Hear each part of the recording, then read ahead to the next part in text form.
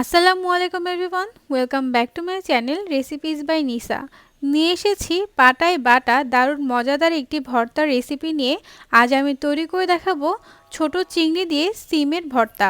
এই ভর্তাটা দিয়ে গরম গরম ভাত খাওয়ার যে কী মজা, সেটা ভর্তাটা বাসাতে বানালেই বুঝতে পারবেন। তার জন্য অবশ্যই সম্পূর্ণ ভিডিওটির সাথে থাকবেন। আজকের ভিডিওর সকল ইনগ্রেডিয়েন্টসগুলো এবং আমার ফেসবুক ইনস্টাগ্রাম পেজের লিঙ্ক দুটি আমি ডেসক্রিপশন বক্সে দিয়ে দিব। সবাই অবশ্যই আমার পেজ দুটি ফলো করবেন।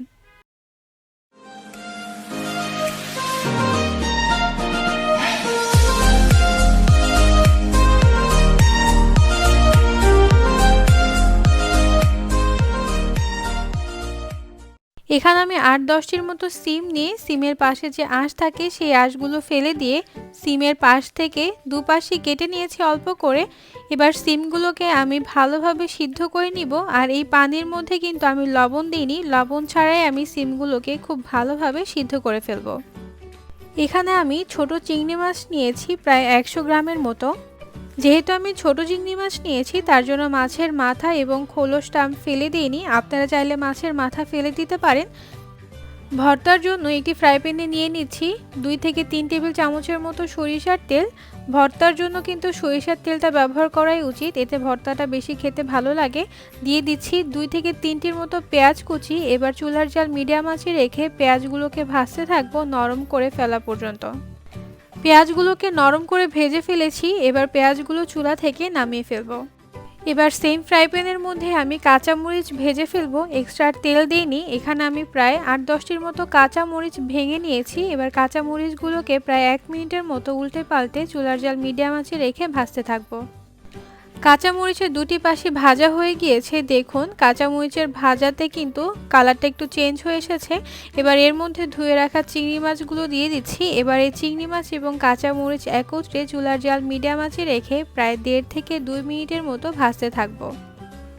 দিয়ে দিচ্ছি হাফ চা চামচের মতো লবণ। লবণটা যেন মাছের মধ্যে ঢুকতে পারে তার জন্য ভাজার সময় লবণটা ব্যবহার করতে হবে। এবার এই মাছগুলোকে ভাজতে থাকবো এবং ফিরে আসবো প্রায় ১.৫ থেকে ২ মিনিট পরে।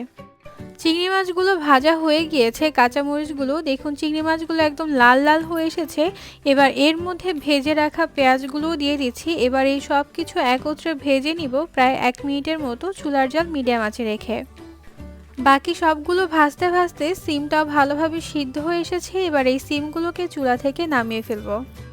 এবার সেম ফ্রাই প্যানের মধ্যে আমি সিমগুলোকেও ভেজে ফেলবো। সিমগুলোকে আমি চুলার জাল মিডিয়াম আঁচে রেখে প্রায় ১ থেকে ১.৫ মিনিটের মতো উল্টে পাল্টে ভেজে ফেলবো। সিমগুলো ভাজা হয়ে গিয়েছে। সিমের গায়ে যে পানি ছিল দেখুন পানিগুলো কিন্তু টেনে এসেছে। এবার এই সিমগুলোকে চুলা থেকে নামিয়ে ফেলবো।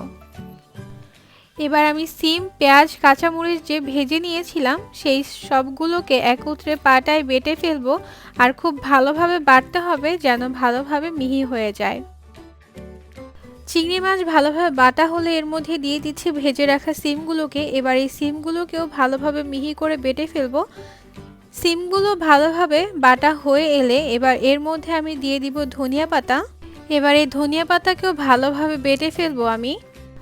সবগুলো কিন্তু আলাদা আলাদাভাবে ভালোভাবে বাটা হয়ে গিয়েছে। এবার এই সব কিছু একত্রে করে আবার একবার ভালোভাবে একত্রে বেটে নিব সবকিছু